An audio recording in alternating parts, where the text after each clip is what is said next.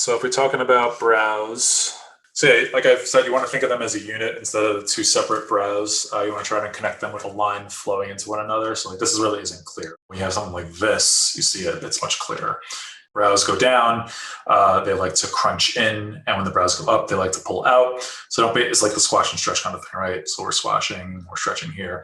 So don't be afraid to crunch the inner brows. The inner brows are definitely more active than the outer brows. You really don't need to move these that much. It's really more about what's going on in the middle. So yeah, that's what I was talking about before about like lids being expressive and what the character's feeling. So the brows should match the lids and the expression of the eyes.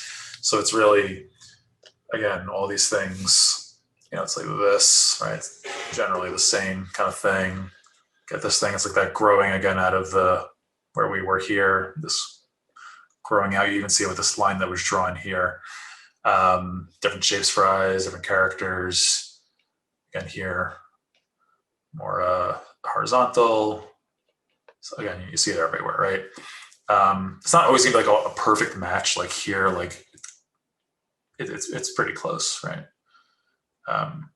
That's basically what we want to try to go for. It just gives more appeal and everything. In terms of animating brows, showing a character thinking brows should lead the body movements. What I like is that here you'll see Robert De Niro there. Before he goes like, the last video good. I love this movie. The brows lead it. And you'd always have, sometimes you could have the brows like lead a line a couple, like way before. So it could be like that kind of thing where the character's going to say something like, even anticipating dialogue with the mouth. Like if the character were to say like, I got to tell you something, the character would be like, I got to tell you something. You don't have to like necessarily open the mouth on when the character is saying the line. You can get some thought in there ahead of time, but also the brows can like lead that as well. So it could be like, I got to tell you something, right? And even when I went down to the squash there on the crunch, like my brows led my head. So the brows usually would lead the head. And then animating the brows again with involuntary, things like involuntary facial expressions. So like surprise or fear, things tend to be a little bit more symmetrical versus something that's a little bit more like voluntary, where like, so you have control over versus you don't have control over. So voluntary, you have control over like where there's curiosity or suspicion or contempt, or things get to be a little bit more asymmetrical. Brows and thought, like, so you're asking a question, the answer to it's like, right? Like the brows tend to go up. And if you don't know the answer to it's like, I'm not sure. The brows tend to go down. And then there's like overlap and drag in the brows. So depending on the emotion or motion, as the brows raise, like I said, they will go out and up. And the brow, I find that the outer brow tends to lead and the inner brows follow. So like if you're going from here and you're going up, like the outer brows lead and then the inner brows go. And then as the brows lower, I find that, at least the way I like to animate them, was the outer brows lead and the inner brows follow. So it's sort of like a wave principle as well, where this goes first and then the inner brows go. So if you look at like the brows going down, like arcs can be important. Like this is more linear. This is the brows like having a little bit of arc. So you see like the brows sort of like come in and they go like in and out. There's a little bit of like an arc there, right? Versus like that linear version before.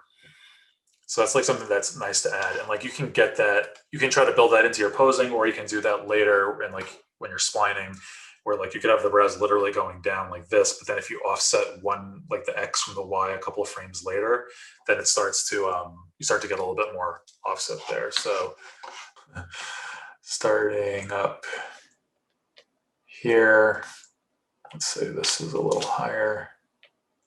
It's okay where it is. And then she goes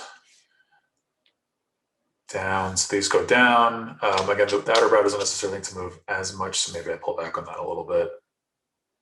I need to actually do this maybe these guys a little bit. All right, so those are our keys. I kind of like that was a little bit further down.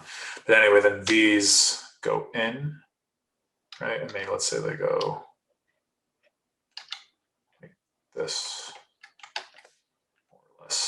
This isn't going to be perfect, but okay. So then I'll just hold that pose and I'll just keep it there actually. So yeah, you have your boring linear thing, right? But then if you should be able to just take the inners, it should work. And let's see, I'll try the X. And if you like offset when you're splining, if you like offset it, let's say like, let's try frame later. Like, oh yeah, I don't have the up, but you start to see that there's a little bit of an arc in there, right? If I offset it like another frame, you'll definitely see it a lot more. Although what we need is that up. Let me just undo one.